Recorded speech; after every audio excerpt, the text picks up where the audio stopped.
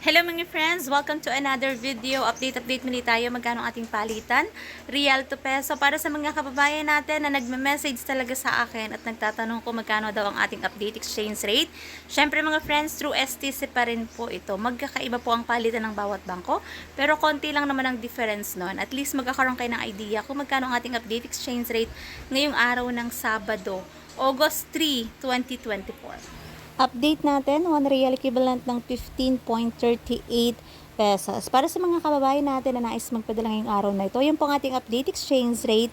Through STC to mga friends, STC Pay to Bank Account, kaya mataas po ang palitan. And syempre, pag nagpapadala na pera sa Pilipinas, may binabayaran na transfer fee at meron din po yung VAT. Ang lahi ko pa rin paalala para sa bawat isa sa atin na matuto tayong mag-ipon, magtipid at matutong mag-invest.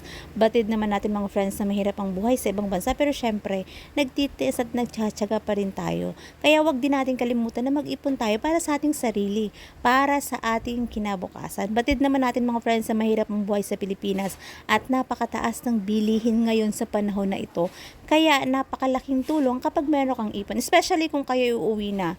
Nais nyo magbakasyon or nais nyo na mag-for good. Napakalaking tulong kapag meron kang savings. Kasi yung savings na yun, pwede mong magamit pang negosyo. Kasi nga, mas magandang mamuhay sa Pilipinas kasama ang ating mga mahal sa buhay. Syempre, dapat meron tayong pagkakakitaan. Kaya, wag na wag natin kalimutan ang pag-iipon. So, that's it for today's video mga friends. Thank you for watching and see you on my next update. God bless everyone. Much love.